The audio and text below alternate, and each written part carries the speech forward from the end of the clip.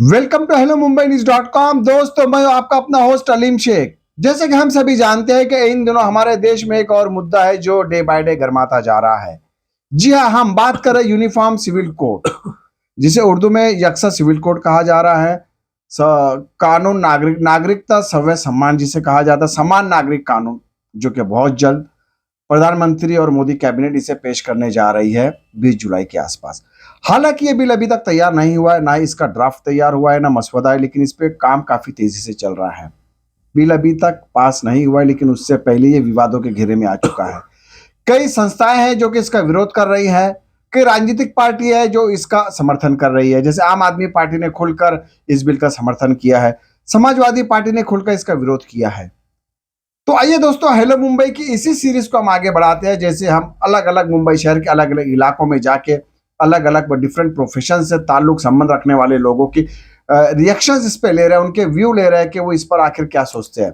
उसी एक कड़ी में हमारे साथ इस समय दक्षिण मुंबई का जाना माने एक समाज सेवक, हम जिसे कह सकते हैं, जो पेशे से बिल्डर भी है, सोशल वर्क में काफी बिलीव करते हैं, कई वर्षों से सामाजिक कार्यों में कार्यरत है। जी हाँ, हम बात कर रहे हैं मलिक कोटवाला साहब की। मलिक कोटवाला साहब, हेलो मुंबई न्यूज .com में आपका स्वागत है। शुक्रिया। ये जो यूनिफॉर्म सिविल कोड बिल जो पेश होने जा रहा है, जाहिर सी बात है आपको इसकी जानकारी होगी। आप एक टचअप रहते हैं मीडिया, और जो भी हालात हाजरा होते हैं करंट अफेयर्स पे आपकी कड़ी नज़र होती है। तो ये बिल पास होने जा रहा है। All India Muslim personal law board भी इसका विरोध करने लगी हैं। अभी खुलकर नहीं आए हैं, लेकिन उनकी बातों से तो लग ही रहा है। कई मुस्लिम संगठनें हैं जो इसका विरोध करने लगी हैं। आपको क्या लगता है इस बिल का असर मुस्लिम समाज पे किस प्रकार का होगा? देखो, आपका जो सवाल है उस पर मैं सेकंड स्टेज पे आता हूँ। जी। पहला मैं इस पर यह बोलना चाहूँगा कि ये जो है ना, यूनिफॉर्म सिविल कोड, ये सिर्फ एक हवा है। और ये हवा इसलिए है, अभी निकली है क्योंकि 2024 का इलेक्शन आ रहा है। जी। तो इसमें जो मेन स्ट्रीम होती है, जितनी मेन स्ट्रीम की मीडिया है, उनको कुछ ना कुछ तो काम देना है गवर्नमेंट को, ताकि ये काम कुछ चला लो, बाकी के जो मेन मुद्दे हैं बाजू पे रह जाए। जैसा महंगाई का मुद्दा है, जैसा बेरोजगारी का मुद्दा है, जैसे प्राइवेटिज्म करने का जो मुद्दा है बड़ी बड़ी कंपनीज को जो है, तो वो जो लाख के 12,000 जो कर रही है गवर्नमेंट, उस चीज़ को छुपाने के लिए, उस बात को दबाने के लिए इस बात को आगे लाया जा रहा है। और सीधी सी बात है, इलेक्शन के वक्त पे ही आ रही है, तो अंडरस्टूड है, कोई भी समझता है कि किस लिए आगे, हर समझदार आदमी तो समझता है। अभी रहा सवाल कि इसके अंदर क्या करने वाले हैं, किसी को आज तक पता नहीं है। इसका ड्राफ्ट क्या है, किसी को पता नहीं है। ड्राफ्ट आज तक आया नहीं है, बस एक बात को छोड़ दिया और सब उस पे काम पे लग गए। हमारे देश में ऐसा ही होता है, कोई एक चीज़ आई तो सब उस पे काम पे लग जाते हैं। अभी इसका कोई बेस नहीं है और ये होना पॉसिबल नहीं है, इतना आसान नहीं है, क्योंकि हमारे देश के अंदर बहुत सारी कम्युनिटीज़ है, बहुत सारी कास्ट है, बहुत सारे रिलीजन है, तो उनको सबको दिक्कत आएंगी। ऑलमोस्ट सारे लोगों को दिक्कत आने वाली है। अपने अपने उनके कस्टम्स है, वो हर कोई अपने कस्टम्स छोड़ेगा नहीं। हर कोई अपने कस्टम जो सालों साल से चलते आ रहे हैं, उनके जो रिवाज है, कोई नहीं चाहेगा कि वो बदले जाए। अब इसमें सिर्फ फोकस किया जा रहा है मुसलमानों के ऊपर, कि मुसलमानों को इस पे नुकसान है, मुसलमानों को इस पे एतराज है। अरे मुसलमान तो बहुत बाद में आता है, पहले दूसरे कोई रिलीजन को क्या एतराज नहीं है?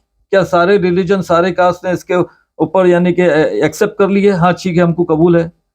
तो मैं तो बल्कि ये चाहूँगा कि जो मुसलमान के हमारे दूसरे जो एनजीओज़ है और जो मौलाना है, इसके ऊपर बल्कि बहस नहीं करे, इसके ऊपर जावे नहीं, इसको ध्यान नहीं देवे, और इसको जो है ना, इसकी टॉपिक को निकाले भी नहीं, क्योंकि ये होना पॉसिबल नहीं है, कोई चांसेस भी नहीं है इसका, मुझे बिल्कुल नहीं लगता है। अब मुसलमान खाली जबरदस्ती कभी कोई ब्लैक डे की बात करेगा, कभी कोई बोलेगा हम इसके ऊपर ये मोर्चा निकालेंगे, तो ये सब करने से मुसलमान को रोड पे लाना, ये नुकसान होगा, ये मुसलमानों को उल्टा जो है नुकसान होगा, और इससे जो हिंदू मुस्लिम दिखाया जाएगा, जबकि ये हिंदू मुस्लिम की कोई बात ही नहीं है। तो आपका ये मानना है कि मुसलमान चुप्पी साधे, मुसलमान इस पर रिएक्ट ना करे, इसका विरोध भी ना करे, ना इसका समर्थन करे?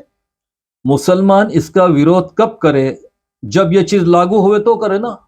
अभी तो दिख क्या रहा है कि लागू होना ही नहीं है, तो जब चीज कोई होना ही नहीं है तो उसका विरोध पहले से क्यों कर रहे हैं आप? ये तो खाली उनको, मुसलमानों को उकसाने के लिए, और उनको उकसा के जो हिंदू है भाई हमारे, उनको दिखाने चाहती गवर्नमेंट के, देखो देखो मुसलमान इसके खिलाफ है और हम आपके लिए अच्छा कर रहे हैं। मतलब जो चीज में मुसलमान खिलाफ है, मतलब वो आपके लिए अच्छा है।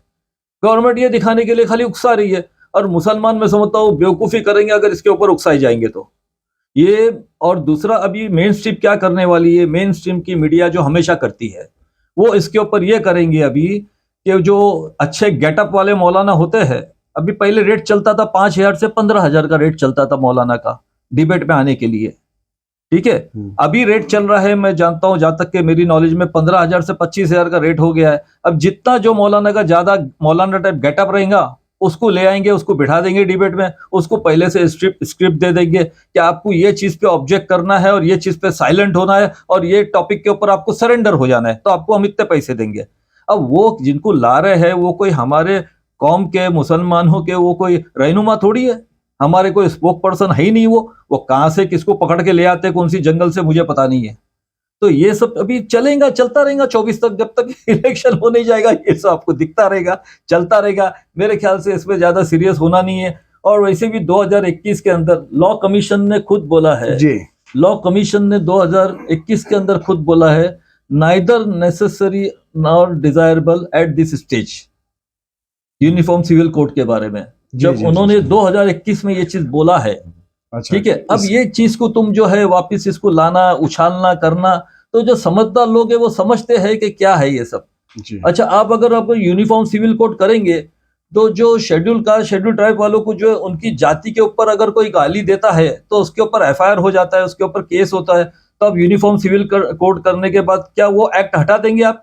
वो जो आईपीसी की धारा है वो आप हटा देंगे आपका? जी।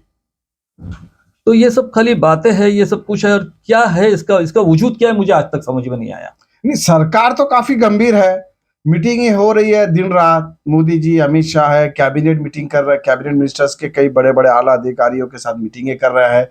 All India Muslim personal law board की भी कई मीटिंगें हुई है। आज कुछ all India Muslim personal law board के खिलाफत हाउस में मीटिंग है, इस चीज को लेकर जनता की राय वो अपने सामने रखने वाले, समाज को बताने वाले हैं। तो सीरियस तो काफी है, ऐसा नहीं कि नहीं है, सीरियसनेस है। लेकिन मेरा मलिक साहब ये सवाल है कि मान लीजिए कि ये बिल पास हो जाता है, पारित हो जाता है, क्योंकि देखिए बीजेपी को काफी स्ट्रांग मैंडेट हासिल है लोकसभा में, आप भी जानते हैं। इससे पहले जीएसटी बिल भी विवादों के घेरे में आया था लेकिन पास हो गया, किसान बिल पास हो चुका है, ट्रिपल तलाक का बिल पास हो गया है। तो भले इस स्टेज पे आप कह रहे हैं कि ये पास नहीं होगा, मान लीजिए जिस हिसाब से सरकार गंभीर है, इसे पास करवाना चाहती है, मान लीजिए बिल पास हो जाता है, तो बीइंग अ मुस्लिम समाज से, being a Muslim Indian Muslims and social activist क्या आप इसका फेवर करेंगे, क्या ये समर्थन करेंगे इस बिल का आप? आपके सवाल के मेरे दो जवाब है जी। अगर ये बिल पास करा दी थी गवर्नमेंट पीछे के दरवाजे से, जैसा करती है, अचानक में लाके बिल पास हो गया, अगर ऐसा करती है गवर्नमेंट, तो ये जो है बीजेपी गवर्नमेंट को बहुत बुरी तरह से बैकफायर होगा। जिस तरह किसानों के मामले में हुआ है उससे बड़ा बैकफायर होगा, गवर्नमेंट का और नुकसान हो जाएगा। गवर्नमेंट को बल्कि ये चीज नहीं करना चाहिए, वो करने से उनका और नुकसान होगा, उनको बैकफायर होगा।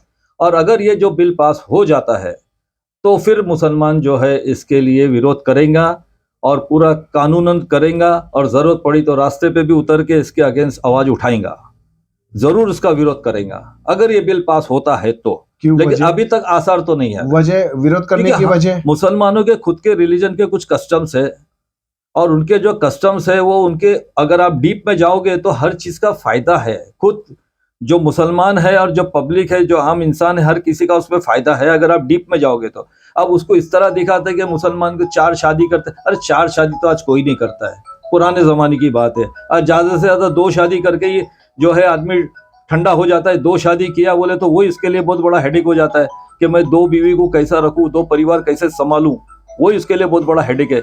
तो ये तो मुश्किल है, और 4 शादी की तो आज के ज़माने में कोई बात ही नहीं है।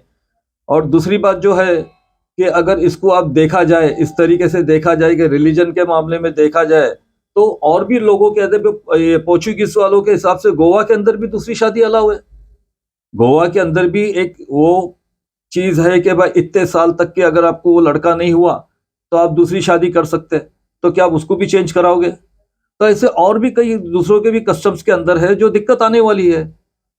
तो ये सब खाली बातें हैं, मुझे तो नहीं लगता है कि ये सब सही है, और ये होना भी नहीं चाहिए।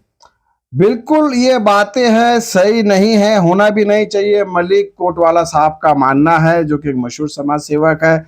लेकिन अब तो ये निर्भर करता है सरकार पर कि सरकार इस मामले को कितनी गंभीरता से ले रही है। बिल बात हुई तो बिल डेफिनेटली पास होना नहीं होना एक अलग मुद्दा है।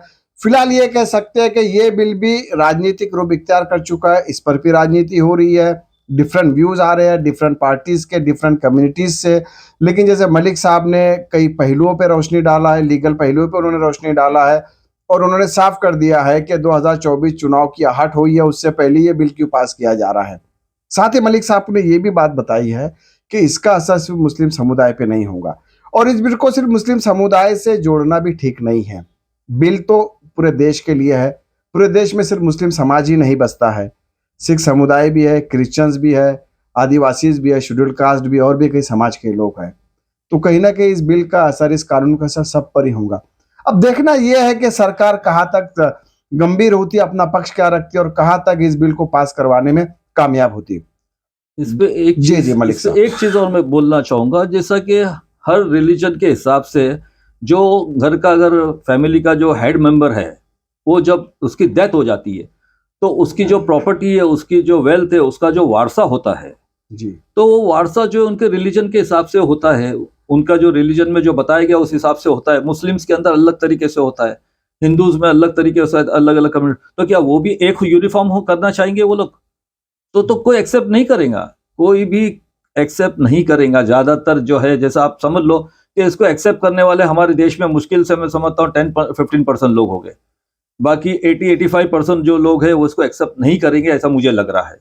क्योंकि ये रिलीजियस सेरेमनी, जो धार्मिक कस्टम्स है, उस पे भी इसका उस पे भी बहुत बड़ा इसके ऊपर इफेक्ट पड़ेगा, और बहुत गलत इफेक्ट पड़ेगा। इसका जो है बहुत गलत मैसेज जाएगा। और मैं फिर से रिपीट करता हूँ, ये जिस तरह किसान बिल जो उनको भारी पड़ गया था जो, तो ये उससे ज्यादा उनको भारी पड़ेगा, बहुत बैकफायर होगा उनके ऊपर अगर ये लोग इसको लाएंगे। तो वो भी समझदार है मेरे ख्याल से, लाएंगे नहीं, खाली 2024 तक के खाली इसका हवा चलाएंगे। बिल्कुल 2024 तक इस बिल की एक हवा चलाएंगे, मलिक साहब का ऐसा मानना है। इसे लाना बहुत डिफिकल्ट है, क्योंकि इसका असर सिर्फ मुस्लिम समुदाय नहीं, हर धर्म पर और जाति धर्म के लोगों पर होगा। दोस्तों, आज और अभी के लिए इतना ही। मुंबई और आसपास के अन्य खबरों के लिए लॉग इन कीजिए www.hellomumbainews.com और मुझे दीजिए इजाजत। Thank you.